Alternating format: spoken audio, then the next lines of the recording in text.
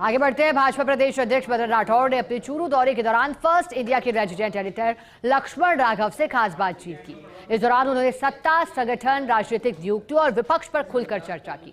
राठौड़ ने कहा कि भाजपा में सत्ता और संगठन के बीच बेहतर समन्वय है। उन्होंने विपक्ष पर भी निशाना साधा। साथ ही उन्होंने कांग्रेस प्रदेश अध्यक्ष गोविंद सिंह डोटासरा को नसीहत देते हुए कहा कि पहले अपना घर संभालें।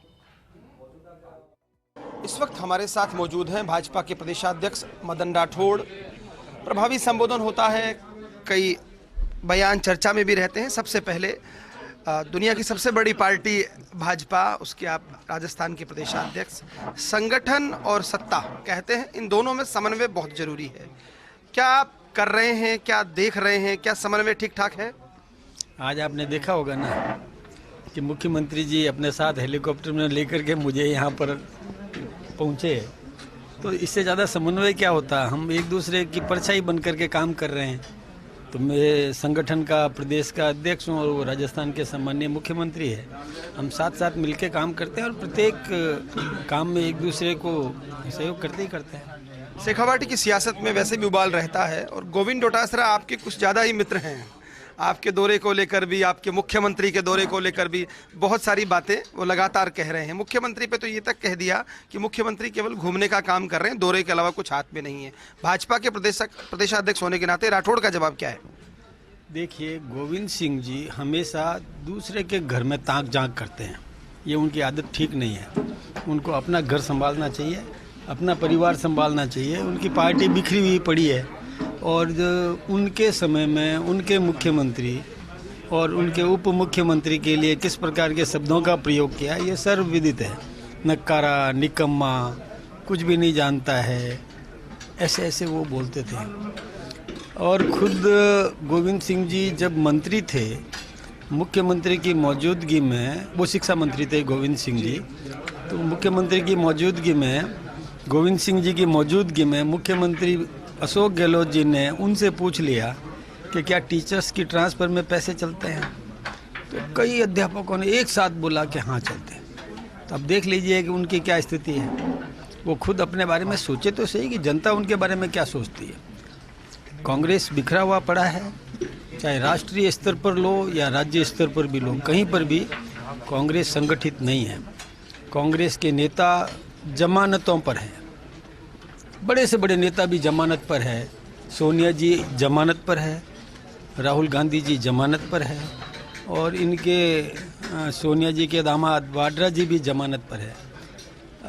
कई लोग अब वो क्या दूसरे के शिक्षा देंगे, क्या आप दूसरे के। जब आप ये कहते हैं वो जमानत पर हैं, तो वो आप पर आरोप लगाते हैं कि आप लोकतंत्र में संवैधानिक संस्थाओं का दुरुपयोग कर रहे हैं। अब ये उनको पता नहीं है कि ये कांग्रेस राज में मुकदमा दर्ज हुआ था। नेशनल हेराल्ड वाला जो मामला है, जिसमें कांग्रेस का प्रधानमंत्री था उस समय, और सुप्रीम कोर्ट के आदेश से दर्ज हुआ। हमने, बीजेपी ने तो नहीं कराया। तो वो मुकदमा है जिसमें उनको जमानत पर रहना पड़ा। अब किस पर आरोप लगा रहे हैं?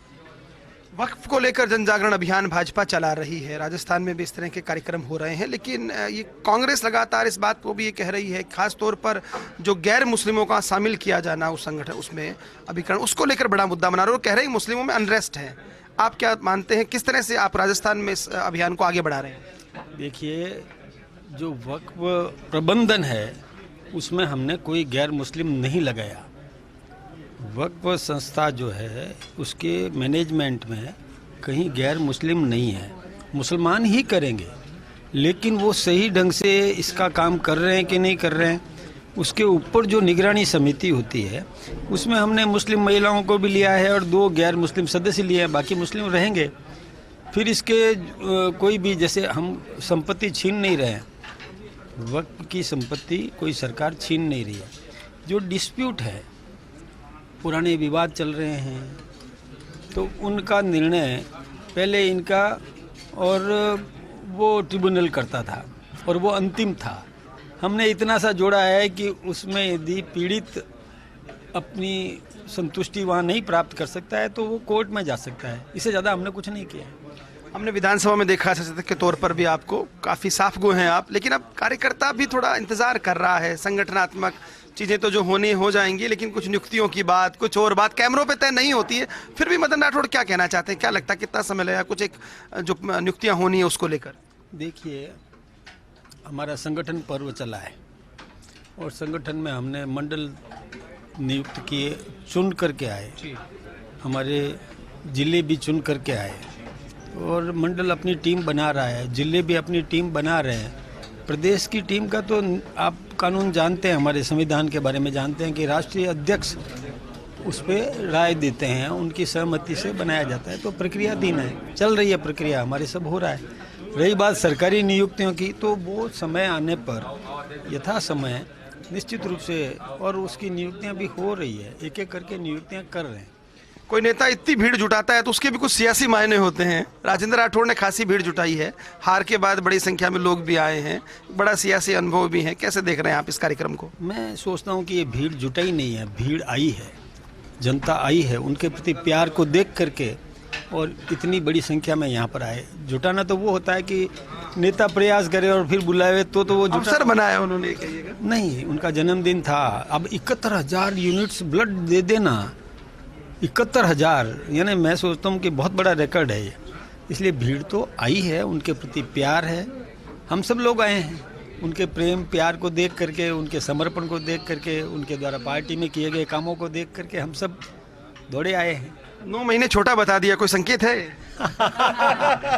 हाँ, संकेत तो है कि जब मैं प्रदेश अध्यक्ष बन सकता हूँ तो वो भी बहुत कुछ बन सकते हैं। बहुत शुक्रिया हमसे बात करने के लिए। देखिए, मदन राठौड़ अपना एक अंदाज उनका, उन्होंने हमसे बातचीत की, कई मुद्दों पर बोले। कांग्रेस पर उन्होंने साफ तौर पर कह दिया कि उनके नेता तो जमानत पर हैं। कैमरा पर्सन अजीम भुट्टा के साथ Laxman Raghav, first India news, Churu.